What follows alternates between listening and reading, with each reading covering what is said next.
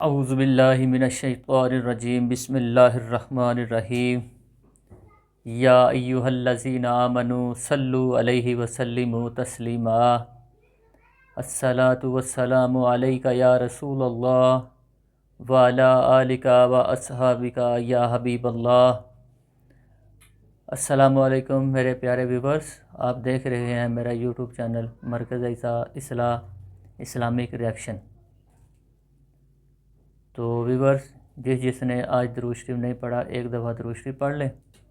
اللہم صلی علی محمد وعلی آل محمد کما صلیت علی ابراہیم وعلی آل ابراہیم انک حمید مجید۔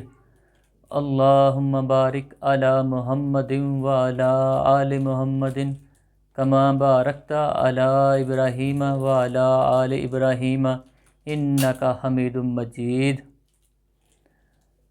تو میرے آج ہم پیر اجمل رضا قادری صاحب کا بیان لے کر آئے ہیں، جس کا موضوع ہے گھر کا ماحول کیسے بہتر رہے۔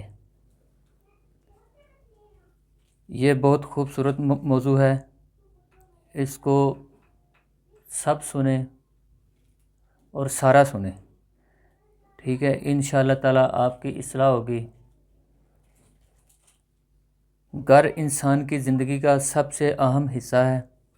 اگر گھر کا ماحول اچھا ہو تو انسان کی زندگی میں سکون، خوشی اور برکت آتی ہے۔ اسلام ہمیں سکھاتا ہے کہ گھر کے اندر محبت، احترام اور برداشت کا ماحول قائم رکھا جائے۔ سب سے پہلی بات یہ کہ گھر میں اچھے اخلاق اختیار کیے جائیں۔ نرم لہجہ، پیار سے بات کرنا اور ایک دوسرے کی عزت کرنا گھر کے ماحول کو خوشگوار بناتا ہے۔ اگر گھر کے افراد ایک دوسرے سے سختی اور غصے سے بات کریں تو دلوں میں دوریاں پیدا ہو جاتی ہیں۔ دوسری اہم چیز صبر اور برداشت۔ ہر انسان سے غلطی ہو سکتی ہے، اس لیے گھر میں ایک دوسرے کی غلطیوں کو معاف کرنا اور درگزر کرنا ضروری ہے۔ اس سے محبت بڑھتی ہے اور دلوں میں نفرت پیدا نہیں ہوتی۔ تیسری بات یہ ہے کہ گھر میں اللہ کا ذکر اور عبادت کا ماحول ہونا چاہیے۔ قرآن مجید کی تلاوت، نماز کی پابندی اور دعا کا اہتمام گھر میں سکون اور برکت لاتا ہے۔ جس گھر میں اللہ کو یاد کیا جاتا ہے وہاں رحمت اور سکون نازل ہوتی ہے۔ اس طرح گھر کے افراد کو چاہیے کہ وہ ایک دوسرے کی مدد کریں اور خوشی و غم میں ساتھ دیں۔ جب گھر کے لوگ ایک دوسرے کا خیال رکھتے ہیں تو گھر جنت جیسا بن جاتا ہے۔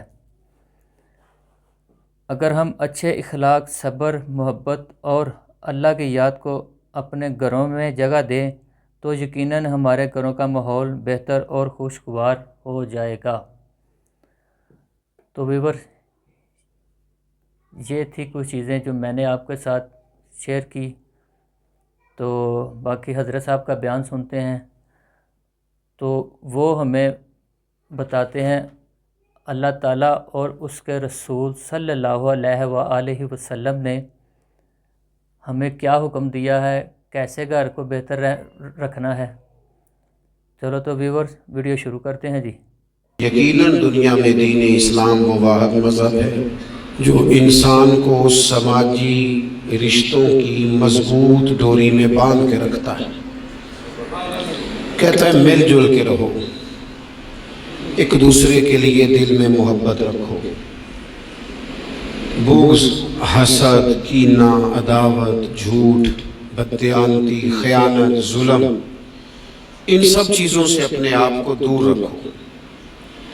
اسلام سب سے زیادہ مل جل کر رہنے پر زور دیتا ہے، بلکہ نبی اکرم صلی اللہ تعالی علیہ وسلم نے ارشاد فرمایا، وہ مومن جو لوگوں کے ساتھ مل کے زندگی بسر کرے اور لوگوں کی طرف سے آنے والی تکالیف پر صبر کرے، وہ مومن اس مومن سے افضل ہے جو زندگی تنہا گزارتا ہے۔ سبحان اللہ۔ وہ لوگوں کی طرف سے آنے والی کسی مشکل پر اسے صبر نہیں کرنا پڑتا، افضل وہ ہے جو لوگوں کے بیچ رہے۔ اور اگر لوگوں کی طرف سے کوئی مصیبت آتی ہے، کوئی مشکل آتی ہے، کوئی تکلیف آتی ہے، کوئی اذیت آتی ہے، اس پر صبر کرے، یہ افضل ہے اس بندے سے جو تنہا رہتا ہے۔ اسلام نے رہبانیت سے منع کیا، مل جل کے رہنے کا کہا۔ کوئی انسان سامنے ہوتا ہے تو کوئی اسے بات بھی کر ہی لیتا ہے۔ یہ تو بزدلی ہے نا کہ انسان اس لیے کونے میں چلا جائے کہ کوئی آدمی مجھے تکلیف نہ دے۔ جب انسان سفر طے کرتا ہے، منزل کی طرف جاتا ہے، تو سارے راستے اسے پکے نہیں ملتے، کچھ راستے کچے بھی ہوتے ہیں، دشوار گزار بھی ہوتے ہیں، لیکن اگر وہ جدوجہد والا ہے، کسی منزل تک پہنچنے والا ہے، تو پھر اسے راستے کی پرواہ نہیں کرنی چاہیے، اسے منزل کا شوق پیدا کرنا چاہیے۔ سبحان اللہ۔ تو انسان کو، مسلمان کو سماجی رابطوں کا کہا، مل جل کر رہنے کا کہا، لیکن اس کے ساتھ ساتھ اسے صالح ماحول بنانے کا بھی حکم دیا کہ مل جل کے رہنا ضرور ہے، پر رہنا سچوں کے ساتھ ہے۔ سبحان اللہ۔ مل جل کے رہنے میں ہی فائدہ ہے، لیکن ہر ایک سے مل جل کے تھوڑی رہنا ہے۔ فرمایا یا ایھا الذین آمنوا اتقوا اللہ وکونوا مع الصادقین، اے ایمان والو اللہ سے ڈرو اور سچوں کی سنگت اختیار کرو۔ ایسے لوگوں کے پاس بیٹھو جن کے مزاج میں صداقت ہو، جن کی طبیعتوں میں ستھرائی ہو، جن کا لب و لہجہ شستہ ہو، جن کے الفاظ دھلے ہوئے ہو، جن کا آئینہ کردار صاف ہو۔ سچے لوگوں کی، یہ جو انسان کا ماحول ہوتا ہے نا، یہ اس پر بہت اثر کرتا ہے۔ خارجی ماحول بڑا اثر کرتا ہے۔ نبی پاک صلی اللہ تعالیٰ علیہ وسلم نے فرمایا کل مولود یولد علی الفطرہ، جو انسان بھی پیدا ہوتا ہے وہ فطرت پر پیدا ہوتا ہے، مسلمان پیدا ہوتا ہے۔ نبی کریم نے فرمایا اگر اس کے والدین یہودی ہوں تو اسے یہودی بنا دیتے ہیں، عیسائی ہوں تو عیسائی بنا دیتے ہیں، مسلمان ہوں تو بچہ پیدا، یہ صحیح حدیث میں موجود ہے۔ اور ان لفظوں کے ساتھ موجود ہے کہ والدین اگر یہودی ہوں تو یہودی بنا دیتے ہیں، عیسائی ہوں تو۔ چلے دو باتیں میں تشریح کے طور پہ عرض کر دوں۔ حضور نے فرمایا بچہ مسلمان پیدا ہوتا ہے، ماں باپ یہودی ہوں تو یہودی بنا دیتے ہیں، عیسائی ہوں تو۔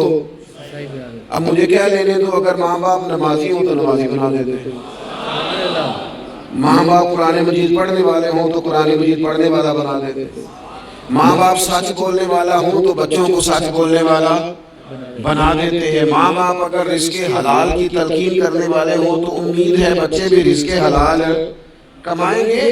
یہ حضور نے فرمایا ہے کہ بچہ مسلمان، انسان نہ فطرت نیک ہوتا ہے،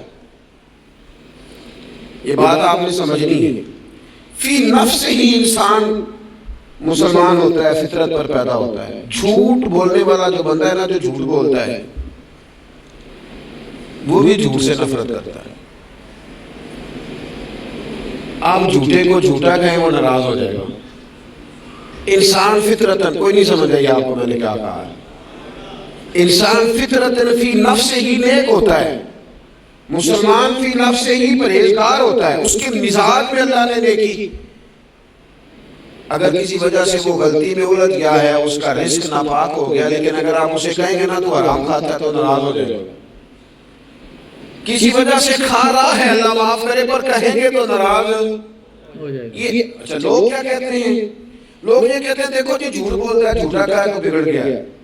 او بھئی جو بگڑ گیا ہے نا، اس پر اللہ کا شکر ادا کر۔ کیوں؟ اس لیے کہ جھوٹ بالکل جیسا کہ حضرت صاحب بیان کر رہے ہیں کہ انسان جب پیدا ہوتا ہے تو وہ مسلمان پیدا ہوتا ہے۔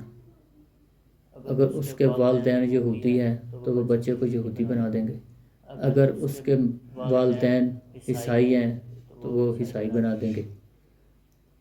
ٹھیک ہے، بچہ فطرتی مسلمان پیدا ہوتا ہے، اگر اس کے ماں باپ نماز پڑھنے والے ہیں، نمازی پرہیزی ہیں، تو وہ نماز پڑھنے والا نمازی پرہیزی ہو جائے گا۔ اس کے والدین قرآن پڑھنے والے ہیں تو وہ قرآن پاک پڑھنے والا ہو جائے گا۔ اگر اس کے والدین صدقہ خیرات کرنے والے ہیں تو صدقہ خیرات کرنے والا ہو جائے گا۔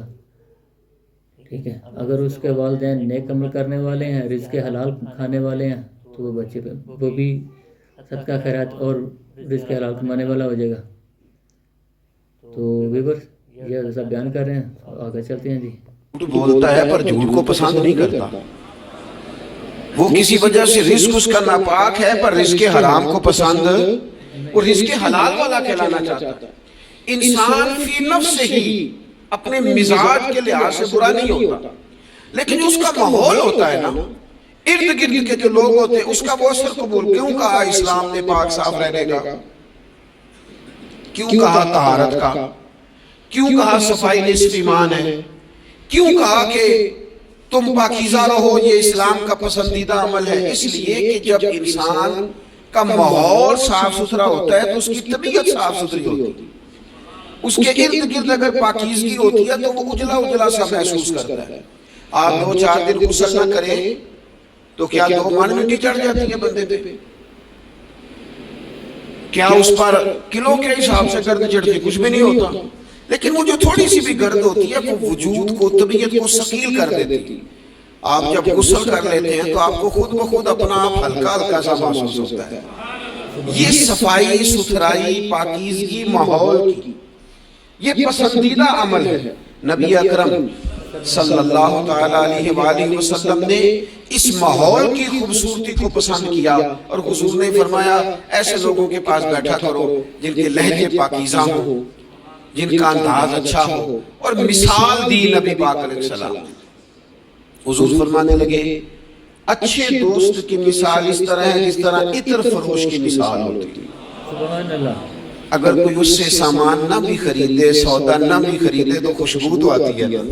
اور نبی پاک علیہ السلام فرمانے لگے برے دوست کی مثال دھونی دینے والے کی طرح سے، جس طرح اس کے پاس کوئی شخص بیٹھے تو اور کچھ بھی نہ ہو تو دھواں تو آئے گا کہ نہیں آئے گا، اسے کچھ نہ کچھ اس کے کپڑوں تک گرد پہنچے گی۔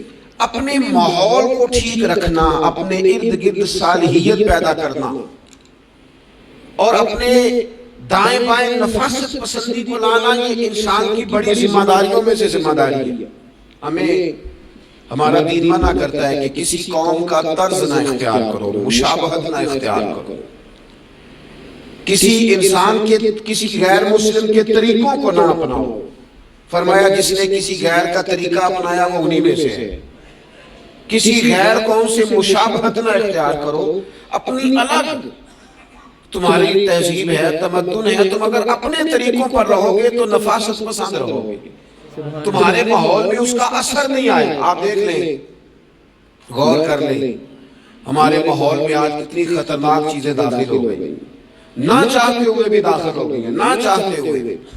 کئی جگہ پہ ویسے مطلب سفر کر کر کے بندہ نڈھال ہو جاتا ہے، جا جا کے نڈھال ہو، پھر کچھ ایسی جگہوں کی اگر دعوت ملتی ہے آپ کو تو آپ ایسے ہی پریشان ہو جاتے ہیں۔ یعنی اگر پہلے تو یہ ہوتا تھا کسی بزرگ کا عرس منانا ہے، اب دعوت ملتی ہے کہ ان کا یوم ولادت ہے، اس پہ جلسہ کرنا ہے۔ میں نے کہا پہلے عرس گن لو سال کے کتنے ہیں، اور اگر ایک ایک کے 2 کرو گے تو پھر بتاؤ تمہارا خرچہ کتنا ہوگا، اور تم کہاں تک بات لے کے جاؤ گے؟ کچھ چیزوں کو نارمل رہنے دو۔ ایک ہستی کا میلاد منایا ہے پوری دنیا نے اور وہ رسول پاک کی ذات گرامی۔ واقعی تو ہم نے کبھی نہیں دیکھا، آپ نے کبھی دیکھا حضرت صدیق اکبر کا یوم ولادت منایا جا رہا ہو، حضرت عمر کا، حضرت عثمان کا، مولا علی کا؟ تو یہ باقیوں کو کیا مسئلہ ہو گیا؟ تھوڑا سا اعتدال میں رہے، تھوڑا سا معتدل رہے، درمیانی چال چلے۔ جب وہ عظیم ہستیاں جن کا طریقہ دین ہے، حضور نے فرمایا میرے طریقے پر بھی چلو اور میرے خلفائے راشدین کے طریقے پر بھی چلو۔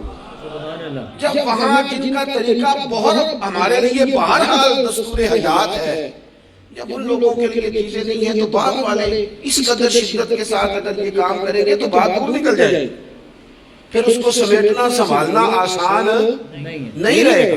تو فرمایا کسی قوم سے مشابہت نہ اختیار کرو، اس لیے کہ تمہارے ماحول میں پھر کچھ ایسی چیزیں آ جائیں گی جو ٹھیک، یہ کتنی رسمیں آئی ہیں ہمارے کو، مہندی کہاں سے آئی ہے؟ ہماری اپنی ہے کہ غیروں کی؟ یہ مائیاں کہاں سے آئی ہیں؟ اپنی کہ غیروں کی؟ یہ جتنی رسومات ہیں، کتنی، میں نے ایک دفعہ سرچ کی، تھوڑی سی میں نے تحقیق کی تو ایسی عجیب رسمیں سننے کو ملی لڑکا بیاہ کے گھر آیا ہے، اس کی اماں اس کے چہرے کے اوپر سے پانی پھیر رہی ہے، یہ تو خالص ہندوؤں کا طریقہ ہے، کسی کے چہرے کے گرد پانی پھیرنا خالص، یہ آپ نے بھی سنی ہوئی رسم؟ وہ بیاہ کے واپس آیا، یہ آپ کیا کر رہے ہیں؟ اور پھر کہتے ہیں اماں کو پانی نہ پینے دینا ورنہ بیماریاں ادھر چلے جائیں گی۔ کیا بات کرتے ہو؟ اسلام اس اوہام پرستی کا درس دے گا؟ کسی قوم کی مشابہت نہ اختیار کرو ورنہ تم انہی میں سے ہو جاؤ گے۔ اپنے ماحول کو، ارد گرد کے ماحول کو ستھرا رکھو، پاکیزہ رکھو، صاف ستھرا رکھو، اس میں طہارت رکھو۔ ایسے لوگوں کے پاس بیٹھو جن کے پاس بیٹھنے سے تمہیں اللہ کی یاد آئے، ایسے لوگوں کے پاس بیٹھو بیٹھنے سے تمہیں آخرت کی فکر نصیب ہو، ایسے لوگوں کے پاس بیٹھو جن کے پاس بیٹھنے سے تمہیں سادگی کا سبق ملے، ایسے لوگوں کے پاس بیٹھو جو تمہیں حقیقت پسند بنائیں، جو تمہیں یہ بتائیں کہ تم نے اپنی زندگی میں بنیادی کاموں کو کس ذمہ داری کے ساتھ سر انجام دینا ہے۔ لیکن ہم زیادہ تر اس طبیعت کے قائل ہوتے ہیں کہ ہم ان چیزوں کو سمجھتے نہیں۔ یہ جو ہم کلمات ادا کرتے ہیں، میں نے پہلے بھی کئی دفعہ کہا تھا، یہ جو ہم کلمات ادا کرتے ہیں ان کا بھی ہم پر اثر ہوتا ہے، ان کی بھی تاثیر ہوتی ہے، ان کی بھی خوبصورتی ہوتی ہے۔ تو جو ہم باتیں دوسروں سے سنتے ہیں، ہم جب کسی کے پاس اٹھتے بیٹھتے ہیں تو جو بات وہ بندہ اکثر کرتا ہے نا، وہ نہ چاہتے ہوئے بھی ہماری زبان پہ جاری ہو جاتی ہے۔ کچھ جملے ایسے ہوتے ہیں جو سوسائٹی میں عام ہوتے ہیں تو ہر بندے کی زبان پر چڑھ جاتے ہیں کہ نہیں چڑھ جاتے، یاد ہو جاتے ہیں کہ نہیں ہو جاتے۔ تو ایسے لوگوں کے پاس بیٹھا جائے جو خیر کی بات کرنے والے ہوں، تاکہ ہماری زبانوں پر ہی خیر ہی جاری ہو، کوئی شر والا عمل ہماری زبانوں پر جاری نہ ہو۔ اچھائی، نبی پاک علیہ السلام تبوک سے واپس آ رہے تھے، رستے میں مقام جارانہ پر حضور علیہ السلام نے حضرت بلال حبشی رضی اللہ تعالیٰ عنہ سے ایک مقام بھی فرمایا، اذان پڑھو۔ سیدنا بلال نے اذان پڑھی، چند نوجوان وہاں کھیل رہے تھے، ان میں سے ایک نوجوان جناب ابو معذورہ بھی تھے، انہوں نے نا حضرت بلال حبشی کی آواز کی نقل اتاری۔ یہ اگر نیت اچھی ہو نا تو اچھوں کی نقل بندے کو تار دیتی ہے، اگر نیت اچھی ہو، اگر معاذ اللہ توہین کی نیت ہو تو یہ مسئلہ خطرناک ہے۔ حضرت موسیٰ علیہ السلام کے زمانے میں ایک شخص تھا تو جناب موسیٰ کی نقل اتارتا تھا، اس کا انتقال ہو گیا تو رب کریم نے فرمایا اس لیے اسے معاف کر دیا ہے کہ ادائیں تو میرے کلیم کی اپناتا تھا، ادائیں تو میرے کلیم کی اپناتا تھا۔ حضرت بلال کی نقل اتاری تو سرکار کے کانوں میں آواز گئی، آپ نے صحابہ سے فرمایا بچوں کو لاؤ، اب جب ان کو منگوایا تو وہ دوڑ گئے، محبوب نے فرمایا کتنا کو دوڑو گے، پکڑ تو ہم نے لینا ہے، سب بچوں کو لے آئے، حضرت ابو معذورہ بھی، حضور نے فرمایا کس نے اذان کی نقل اتاری؟ تو یہ بچے بڑے پکے ہوتے ہیں، اگر ایکا کر لینا آپس میں، حضور نے فرمایا کس نے اذان پڑھی ہے؟ کوئی نہیں بولا، کریم فرمانے لگے چلو باری باری سناؤ۔ اب حضرت ابو معذورہ کی باری آئی، مختلف انداز میں بھی روایت مختلف جگہوں پہ موجود ہے، جب ان کی باری آئی انہوں نے اذان پڑھی، پہلے تو پڑھی تھی اپنی مرضی سے، اب پڑھی کریم رسول کی صحبت میں کھڑے ہو، اور یار حد ہو گئی جو نبی پاک کے سامنے کھڑا ہو کے کہے اشہد ان لا الہ الا اللہ، جو حضور کے سامنے کھڑا ہو کے کہے اشہد ان محمد رسول اللہ، پھر وہ بندہ خالی رہ جائے؟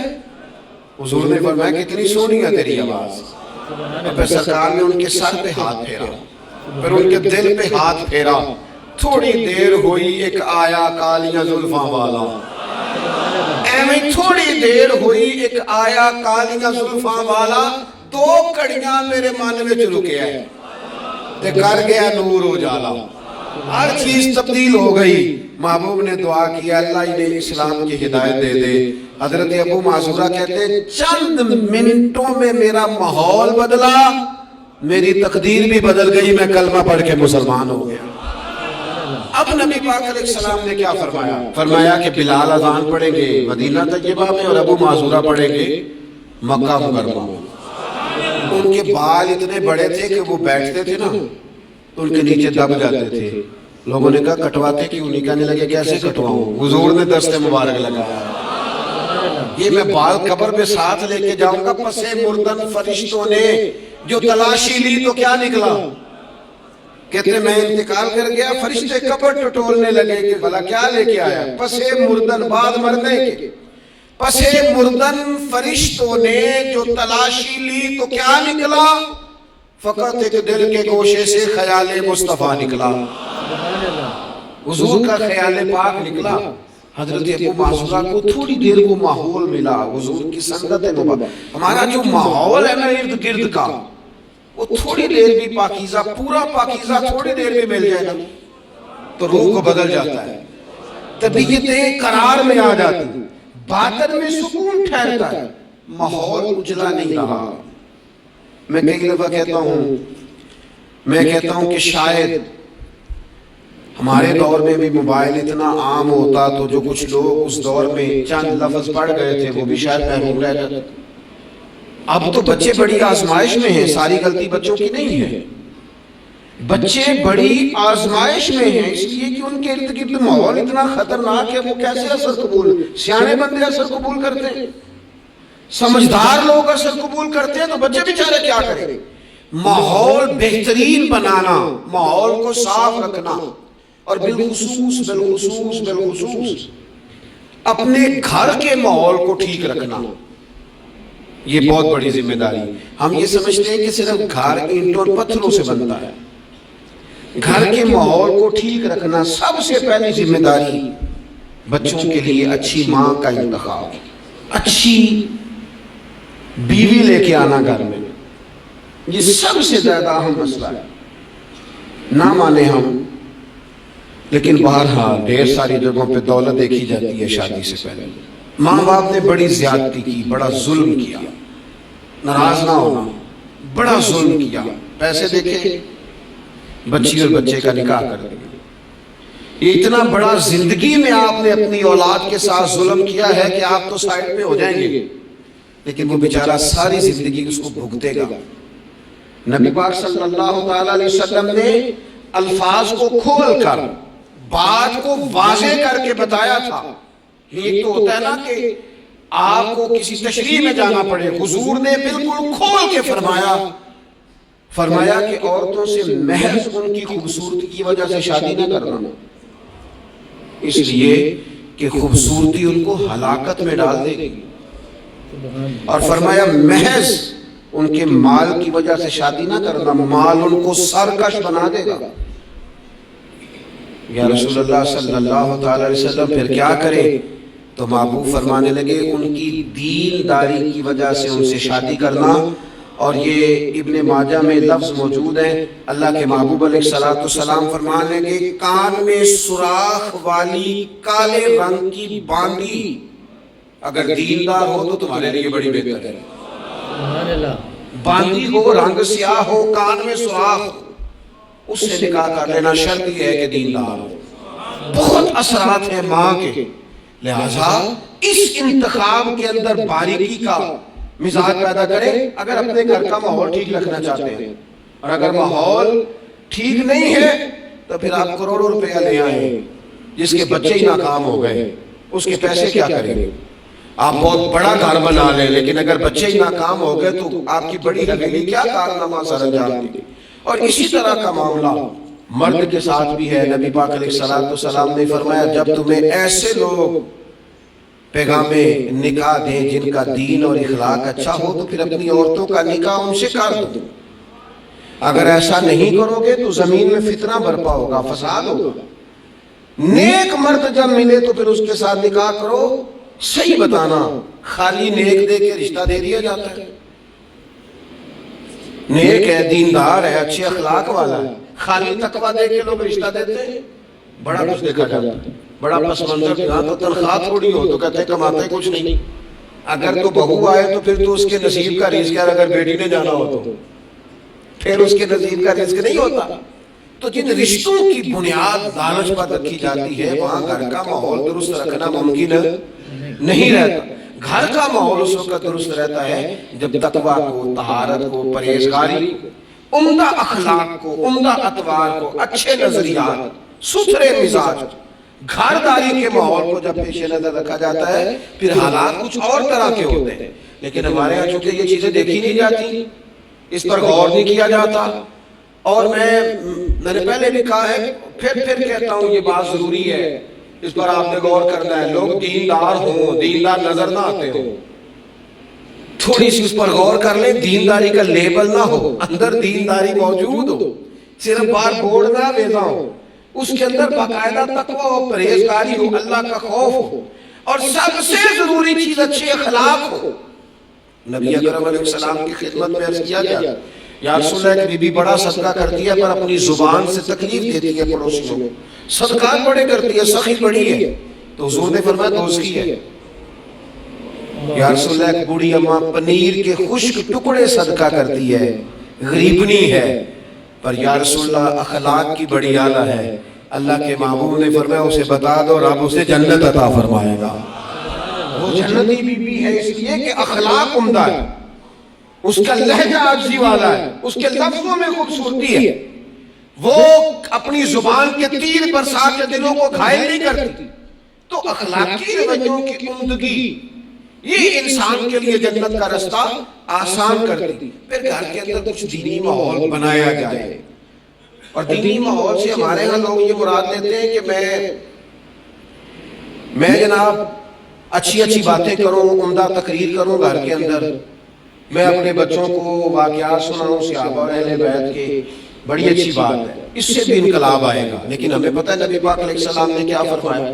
حضور نے فرمایا کچھ نفل نماز گھر میں بھی پڑھا کرو. سبحان اللہ. تم اپنی عبادات کا ماحول گھر کے اندر بناؤ، تمہاری طبیعت گھر میں لگے، تمہارا گھر سجدے سے آباد ہو. نبی اکرم صلی اللہ تعالیٰ علیہ وآلہ وسلم نے فرمایا اپنے گھر کے اندر کچھ وقت گزارو عبادت میں. خود بخود تمہارے بچوں کو ہم نے دیکھا ہے گھر کے اندر نماز کی نیت باندھے تو جس چھوٹے بچے کو بالکل پتہ نہیں نہ ہوتا نماز کیا ہے، وہ بھی ساتھ آگے کھڑا ہو جاتا ہے. سجدہ نہ کرنا ہے تو مصلی پہ لیٹ جاتا ہے. گھر کے اندر دین کی آپ تقریر نہ شروع کریں، آپ عمل کریں. آپ کا لہجہ میٹھا ہے تو مٹھاس آگے تقسیم ہوگی. آپ کے بچے جو انداز آپ کے والدین کے ساتھ آپ کا دیکھیں گے وہ رویہ آپ کے ساتھ اختیار کر لیں گے. اگر سچائی کا پہلو گھر کے اندر آئے گا بچے سمجھیں گے ہمیں سچ بولنا ہے. اگر وہ کبھی اپنے باپ کو حضور کی یاد میں روتا دیکھیں گے تو وہ بھی کہیں گے مدینے جانا ہے. اگر وہ کبھی نبی پاک علیہ السلام کی محبت کی گفتگو دیکھیں گے تو خود بخود وہ بات اتر جائے گی. گھر کے اندر اگر بڑا کچھ ہوتا ہے، آج ہی میرا دل کر رہا ہے میں نے پکوڑے کھانے، آج ہی میرا دل کر رہا ہے میری مرضی کی فلاں چیز پکائی جائے، آج میرا دل کر رہا ہے فلاں چیز گھر میں لائی جائے، تو کبھی کبھی یہ بھی دل کرنا چاہیے کہ آج میرا دل کر رہا ہے گھر میں سورہ یاسین پڑھی جائے، آج میرا دل کر رہا ہے گھر میں اللہ کا ذکر کیا جائے.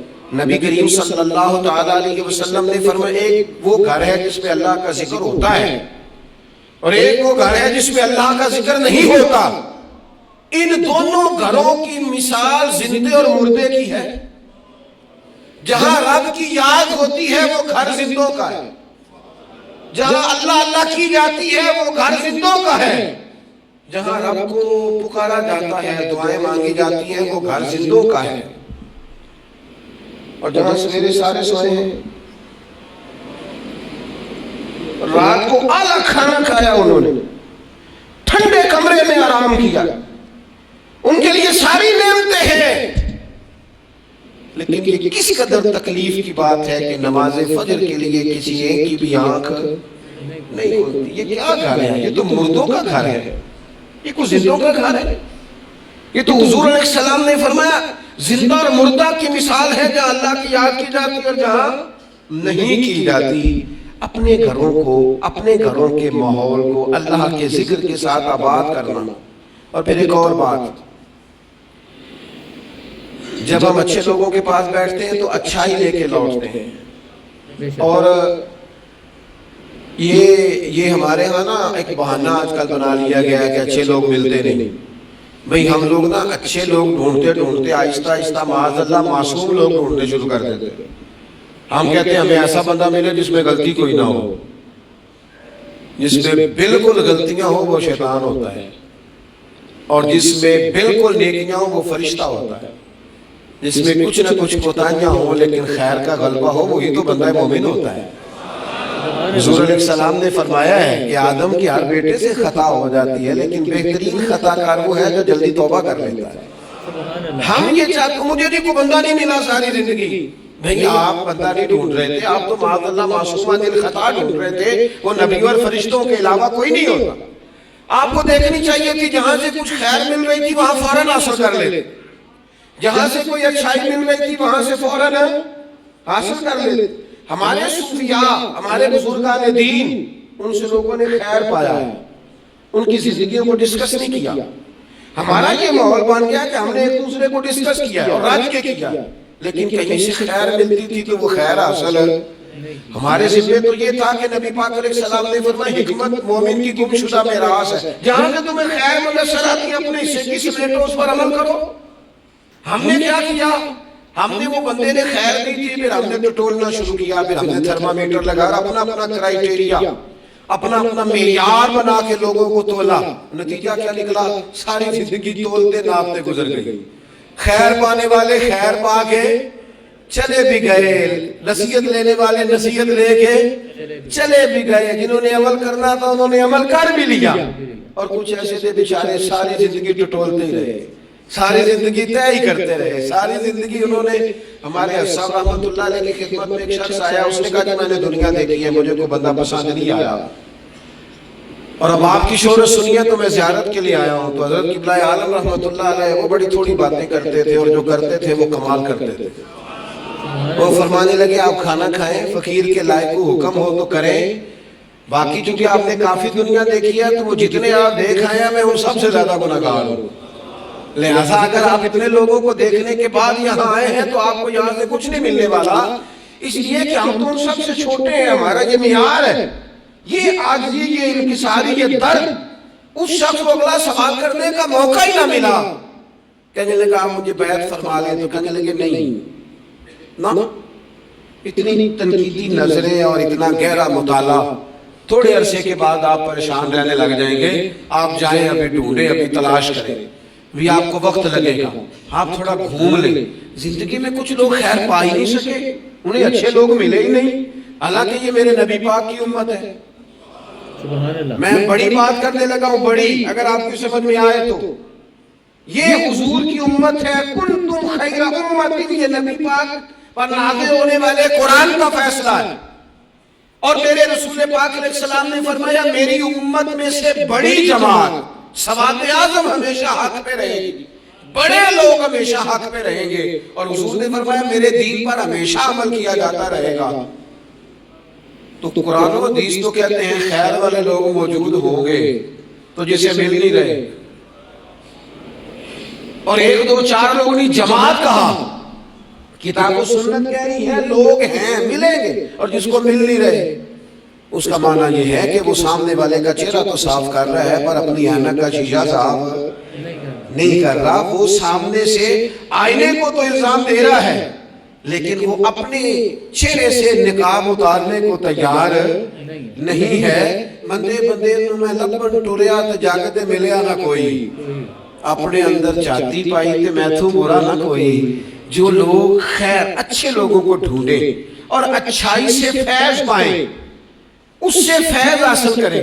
جو لوگ بھی ڈگریوں پر بحث کرتے ہیں نا، ٹیچر آئے ایف اے کے، بی اے کے، ایم اے کے، انہوں نے آتے ہی کلاس میں کہا کتابیں نکالو بھائی، پہلے دن فرسٹ ایئر کی کلاس بیٹھی ہے، سمجھ لیں اردو کے ٹیچر، کتابیں نکالو۔ تو ایک اسٹوڈنٹ صاحب اٹھ کے کھڑے ہو گئے، انہوں نے کہا سر جی پہلے آپ یہ بتائیں کہ آپ نے ایم اے اردو کیا ہوا ہے، پھر آپ یہ بتائیں کہ ایم اے کے بعد آپ نے بی ایڈ یا ایم ایڈ کیا ہے، پھر یہ بتائیں کہ آپ میرٹ میں ہیں کہ سفارش میں ہیں۔ اگر یہ تین سوال اسٹوڈنٹس کرے تو استاد جواب دے دے گا ہاں ایسے شاگرد کے لیے ڈنڈا سوٹا چلایا جا سکتا ہے۔ بھئی تو کتاب کھول، تو کون ہوتا ہے یہ پوچھنے والا؟ تیرا یہ کام نہیں۔ یہ مجھ سے پوچھے گا کالج کا پرنسپل، یا مجھ سے پوچھے گا اس ادارے کا ہیڈ جو مجھ سے بڑا ہوگا، اسے میں ڈگری دکھاؤں گا، تو کون ہوتا ہے؟ تیرے ذمہ یہ آیا ہے کہ تو مجھ سے پڑھ، کتاب کھول، میں تجھے پڑھاؤں، یہ تیری ذمہ داری۔ میرے دور کا سب سے بڑا مسئلہ یہ ہے کہ لوگوں نے کہا اولیاء کی ڈگریاں چیک کریں گے، معاذ اللہ یہاں تک کہ کہا پہلے صحابہ کی تاریخ دیکھیں گے، کون کس کے ساتھ مشاجرات میں تھا پہلے وہ چیک کریں گے، پھر فیض پائیں گے۔ ہمیں تو ہمارے نبی نے کہا تھا صحابی کا نجوم میں نے یہ سارے تمہارے لیے ستارے بنائے ہیں، تم جس کے پیچھے چلو گے اللہ تمہیں ہدایت عطا فرما دے گا۔ لیکن یہاں لوگوں نے کہا ہم ڈگریاں دیکھیں گے، نقصان کیا ہوا؟ بے فیض رہ گئے، نتیجہ کیا نکلا؟ پا کچھ نہیں سکے۔ لازمی طور پر رزلٹ یہ برآمد ہوا کہ شر ہی شر پھیل گیا، فتنہ ہی فتنہ ہو گیا۔ ہمارے ذمہ تو خیر لینا تھا، خیر ملی، ڈگریوں پہ بحث کی، نتیجہ غلط برآمد ہوتا ہے۔ اپنی مومن کی گمشدہ میراث ہے حکمت، جہاں سے خیر کی بات ملے اسے لو۔ حضرت عبداللہ ابن عباس آپ فرمایا کرتے تھے بس ایک کام کرنا، لا تجالسو اہل الہوا، جو لوگ ہوائے نفس والے ہوں، برے ہوں، ان کی مجلس نہ کرنا، بروں کے پاس نہ بیٹھنا۔ حضور کیا ہوگا؟ فرمایا اگر ان کے پاس بیٹھو گے نا تو تمہارا دل اور تمہاری روح بیمار ہو جائے گی، اور روح بیمار ہوگی، دل سخت ہو جائے گا۔ بروں کی صحبت سے اپنے آپ کو بچانا، اپنے ارد گرد کے ماحول میں خیر والے۔ داتا گانج بخش علی اجمیری رحمت اللہ تعالیٰ علیہ ارشاد فرماتے ہیں کہ ایک بندہ طواف کعبہ کر رہا تھا، بیت اللہ شریف کا طواف کر رہا تھا، اور وہ طواف کرتے کرتے نا دعائیں مانگ رہا تھا، یا اللہ میرے دوستوں کو نیک کر دے، یا اللہ میرے دوستوں کو پرہیزگار کر دے، یا اللہ میرے دوستوں کو اچھا کر دے۔ داتا صاحب فرماتے میں نے اس کا بازو تھام لیا، میں نے کہا یہ کیا دعا ہوئی؟ کوئی اپنے لیے بھی مانگ۔ تو کہتے ہیں وہ کہنے لگا حضور اگر میرے دوست نیک ہوئے تو میں انشاءاللہ خود بخود ہی ہو جاؤں گا، اگر میرے ارد گرد کا ماحول ٹھیک ہوا تو مجھے بھی خیر کی طرف لے جائیں گے۔ اگر ماحول ٹھیک ہو، دائیں بائیں، ہم یہ کرتے ہیں کہ ہم نا کئی دفعہ اپنی آگ بجھاتے ہیں، پڑوسیوں کی بجھانے کی کوشش۔ میرے ابا جی پتہ کیا کہا کرتے تھے؟ وہ کہتے ہیں پتر جی گوانڈیاں دی آگ نہ بجھائیے تھے، اپنے گھر کی آگ دی۔ تو پڑوسی کی آگ کئی دفعہ اس لیے بھی بجھا دینی چاہیے کہ ایسا نہ ہو کہ اگر وہ جلتی رہی تو ہمارے گھر بھی۔ اپنے ماحول کو ٹھیک کرنا چاہیے، ارد گرد کے سارے ماحول، کیونکہ ماحول ٹھیک رہتا ہے تو اس میں رہنے والے بچے، اس کے اندر بسنے والے لوگ یہ بھی ٹھیک رہتے ہیں، اور اگر ماحول بگڑ جائے پھر سارا کچھ بگڑ جاتا ہے۔ اپنی مجالس کو عمدہ کریں۔ دوستوں کے ماحول میں نا ایک دوست رواج ڈالے کہ یار ٹھیک ہے گپ شپ بڑی ہو گئی، میرے پاس حضور کا ایک فرمان ہے، یہ دیکھو میں موبائل میں لے کے آیا ہوں، اگر مجھے 2 منٹ دو تو میں اپنے قریب کی ایک حدیث نہ تمہیں سناؤں۔ تھوڑا سا تانا دیں گے، تھوڑا سا کہیں گے بیٹھ جا تو بیٹا مولوی، پتہ ہے کتنا تو نیک ہے، تھوڑا سا کہیں گے، لیکن یہ 2-4 منٹ کے لیے ہوگا، اور حضور کی بندہ حدیث سنائے اور پھر سرکار کا فیض حاصل نہ ہو، پھر اللہ کی مدد نہ آئے۔ تھوڑا سا نہ ماحول بنایا جائے جہاں لوگ محنت کر کے جد و جہد کر کے یہ کام کرتے ہیں نا کہ چل یار تم مری تیرا خرچہ میں دوں گا، تو وہاں اگر تھوڑی سی کوشش یہ بھی کر لی جائے کہ یار میرے پاس سواری ہے، چل دونوں کٹھے مسجد چلتے ہیں۔ اپنے ماحول میں تقوی لایا جائے، صالحیت لائی جائے، ارد گرد کے ماحول کو اللہ رسول کی باتوں سے آراستہ کیا جائے، خیر بانٹنے کی کوشش کی جائے۔ میں دیکھتا ہوں تلخ تلخ طبیعتیں ہیں، پریشان لوگ ہیں، رج کے سوئے ہیں، رج کے کھایا ہے، اور اچھی جگہ پہ اللہ نے رہنے کا موقع دیا ہے، لیکن طبیعت کو قرار نہیں ہے۔ کیوں؟ اس لیے کہ جسم سیر ہو گیا، روح پیاسی ہے، باطن تڑپتا ہے، اس کے اندر بھوک ہے، درد ہے۔ جب ہم خیر والی مجالس برپا کریں گے، وہ صحابہ کی محفلیں جہاں علمی باتیں ہوتی، جہاں خیر کی گفتگو ہوتی، جہاں حضرت عمر فاروق کے گرد بہت سارے صحابہ بیٹھے، حضرت عبداللہ ابن عباس کو آپ اکثر قریب بٹھایا کرتے تھے، فرمانے لگے یار میرا دل کرتا ہے قرآن مجید کی ایک سورہ ہے اس کی تفسیر بیان کی جائے۔ میں بھی اپنے فہم کے مطابق کچھ کہتا ہوں، حضرت عمر جیسے لوگ، انداز کتنا عاجزی والا ہے، میں بھی اپنے علم کے مطابق بات کرتا ہوں، سارے رائے دو۔ بعض لوگوں کا خیال تھا حضرت عبداللہ ابن عباس کو زیادہ آگے کیوں بٹھاتے ہیں، اتنے کبار صحابہ کی موجودگی۔ حضرت عمر نے سورہ نصر تلاوت کی، اذا جاء نصر اللہ والفتح ورأیت الناس یدخلون فی دین اللہ افواجا۔ آپ نے بھی کچھ تفسیر بیان کی، کچھ باقی لوگوں نے بھی بیان کی۔ حضرت عبداللہ ابن عباس جوان تھے، 15-16 سال عمر تھی، فرمایا آپ بھی کوئی تفسیر بیان کریں کہ اللہ کی مدد آ گئی، پھر فتح حاصل ہو گئی، پھر آپ دیکھیں گے لوگ فوجوں کی فوجیں دین میں داخل ہو رہے ہیں۔ اس کی تفسیر آپ بھی بیان کریں۔ حضرت عبداللہ ابن عباس نے پہلے ٹھنڈی آہ بھری، پھر بات کہنے سے پہلے آنسو آئے، پھر فرمانے لگے امیر المومنین اس آیت میں نبی پاک کے وصال ظاہری کی خبر دی گئی ہے۔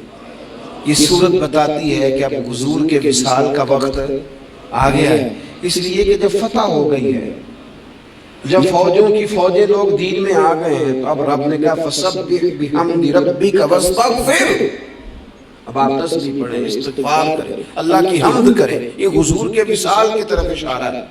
صحابہ بھی روئے، حضرت عمر بھی روئے، عبداللہ ابن عباس بھی روئے، بس وہ رونا ہی تھا کہ محفل کو نیا رنگ مل گیا، اس ماحول کا حسن نور علی نور ہو گیا، یہ کیفیات پیدا ہوں، یہ ماحول ہمارے ہاں بنے، اور یہ بن سکتا ہے۔ اپنے گھروں میں ان چیزوں کو ہم لے کے آئیں، کوئی آج میں نے یہ خیر کی بات سنی ہے یہ، اور اگر جواب میں کبھی پتر بھی کہہ دے ابا جی آپ نے سنی ہے تو میں نے بھی ایک سنی ہے، میں سناؤں۔ ہمارے ہاں گھروں میں آج بھی بحث ہی ہوتی ہے دین پر، بحث نہیں کرنے کا کہہ رہا، میں یہ کہہ رہا ہوں کہ ایک خیر کی بات ادھر سے آئے، پھر ایک خیر کی بات ادھر سے آئے، اور جہاں دین کی بات اس خوبصورتی سے ہوگی وہاں اللہ کی رحمتیں ہوں گی، وہاں دل نرم ہوگا، وہاں محبتوں کو فروغ ہوگا، علمی مجالس میں وقت دیا جائے، خیر کی جگہوں پہ ہم جا کے بیٹھیں، ہم اچھائی حاصل کرنے کی کوشش کریں، ہم حکمت سمیٹنے کی کوشش کریں۔ پرانے لوگ جو تھے وہ بچوں کو کہتے تھے بیٹا دادا کے پاس بیٹھا کرو، نانا کے پاس بیٹھا کرو، تمہیں وہاں سے اچھی بات ملے گی۔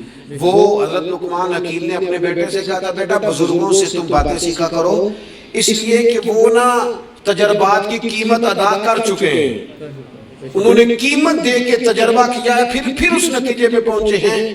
فرمایا کرتے تھے ان سے خیر سیکھ لو، تمہیں تجربے کی قیمت دیے بغیر تجربہ نصیب ہو جائے گا، تمہیں تجربے کی قیمت نہیں دینی پڑے گی، خود بخود تمہیں تجربہ نصیب ہو جائے گا۔ اللہ تبارک و تعالیٰ کی بارگاہ ہے، عالی مرتبت میں دعا ہے اللہ کریم ہمیں سمجھنے کی توفیق عطا فرمائے، اور اللہ تعالیٰ ہمارے ماحول میں صالحیت پیدا فرمائے۔ آمین۔ تو ویور جیسا کہ آپ نے حضرت صاحب کا بیان سنا، انہوں نے بہت ہی خوبصورت انداز میں سارا بیان ہمیں سنایا کہ گھر کے ماحول کو بہتر کیسے بنایا جائے۔ ٹھیک ہے، ہمارے ارد گرد کا ماحول بہتر ہوگا، دینی ہوگا، تو ہم پہ بھی کچھ اثر ہو جائے گا۔ اگر ہمارا ارد گرد کا ماحول دینی نہیں ہوگا، جس طرح کا بھی ہوگا ہم اس طرح کے ہو جائیں گے۔ تو کوشش کرنی چاہیے کہ اپنے ارد گرد کے ماحول کو بہتر بنائیں۔ ٹھیک ہے، اللہ پاک ہم سب کے اوپر اپنا فضل و کرم فرمائے۔ تو ہمیں چاہیے کہ ہمیں چاہیے کہ ہم اپنے گھروں کو محبت، صبر اور اچھے اخلاق سے سجائیں، تاکہ ہمارا گھر سکون اور برکت کا گہوارہ بن جائے۔ تو ویور نبی پاک نے یہ بھی فرمایا تھا کہ اپنے گھر کو بھی بہتر کرو۔ ٹھیک ہے، تو انہوں نے یہ بھی کہا تھا کہ کچھ سجدے، کچھ نوافل اپنے گھر میں بھی ادا کرو۔ آپ کے گھر میں یہ عادت ہوگی، آپ گھر میں فرض آپ مسجد میں پڑھ رہے ہیں، سنت اور نفل گھر میں آ کے ادا کریں گے تو گھر میں بھی برکت ہوگی، گھر میں بھی دینی ماحول ہوگا، اور اس کا بچوں پہ بہت زیادہ اثر ہوگا۔ ٹھیک ہے، آپ گھر میں پڑھ رہے ہیں کھڑے ہو کے، جیسے حضرت صاحب نے بیان میں کہا تھا کہ آپ نفل کی نماز کھڑے ہو کے پڑھ رہے ہیں، چھوٹا سا بچہ بھی آپ کے ساتھ آ جائے گا، بے شک اس کو نماز کی سمجھ ہے نہیں ہے، وہ قیام کر سکتا ہے نہیں کر سکتا، رکوع کر سکتا ہے نہیں کر سکتا، سجدہ کر سکتا ہے نہیں کر سکتا، وہ آپ کے ساتھ آگے کھڑا ہو جائے گا۔ اس سے اس کو ماحول ملے گا، اس کو جس طرح کا ماحول ملے گا وہ اس طرح کے ماحول میں وہ ایڈجسٹ ہو جائے گا۔ تو ہمیں بھی چاہیے کہ ہم دینی ماحول اپنائیں، اسلام کے اوپر پیروکار رہیں۔ ٹھیک ہے، ہر اچھی بات کو لیں۔ ٹھیک ہے، تو یہ نہیں کہ ادھر بھی گھوم لیا ادھر بھی گھوم لیا پھر بولا کہ مجھے کوئی بندہ نہیں ملا۔ ٹھیک ہے، وہ جو بندہ گھومنے والا اس کو وہ نہیں کسی کو ملا۔ ٹھیک ہے، اس کو بندے بہت ملتے ہیں، انسان ہے، بنی آدم ہے، غلطی کا پتلا ہے، ہر کسی میں کچھ نہ کچھ کوئی نہ کوئی خامی ہوتی ہے، ٹھیک ہے، تو بالکل غلطی سے پاک صاف صرف نبی پاک ہیں اور انبیاء کرام ہیں، ٹھیک ہے، اور کوئی نہیں ہے۔ انسان اشرف المخلوقات پیدا کیا اللہ پاک نے، لیکن انسان غلطی کا پتلا ہے، غلطی ہو جاتی ہے۔ تو امید ہے کہ آپ کو اس بیان میں بہت ساری چیزوں کو سمجھنے کا موقع ملا ہے۔ دعا ہے اللہ رب العزت کے آگے ہمیں اس پہ عمل کرنے کی توفیق عطا فرمائے، اور اللہ پاک ہمیں نیک بنائے، اور ہمارے ارد گرد کے ماحول کو تبلیغی بنا دے، اور اللہ پاک ہمارے اوپر اپنا فضل و کرم فرمائے۔ تو جاتے وہی ایک بات کرنی ہے کہ ہر اچھی بات صدقہ جاریہ ہوتی ہے۔ اگر آپ کو یہ ویڈیو ہماری اچھی لگی ہے تو اس کو ضرور کسی نہ کسی کے ساتھ شیئر کریں، تاکہ کسی نہ کسی کو یہ بات اچھی لگے گی، اس کی اصلاح ہو جائے گی، ٹھیک ہے، وہ اپنا راستہ اختیار کر لے گا تبلیغ والا۔ اگر وہ برائی میں ہے تو نیکی کی طرف آ جائے گا، ٹھیک ہے۔ تو رزق حلال کمائیں، اپنے بچوں کو رزق حلال کھلائیں۔ تو بھی کسی اور اچھے سے بیان کے ساتھ آپ کی خدمت میں پھر حاضر ہوں گے۔ اللہ پاک ہم سب کے اوپر اپنا فضل و کرم فرمائے، آمین بجاہ نبی۔ السلام علیکم ورحمۃ اللہ وبرکاتہ۔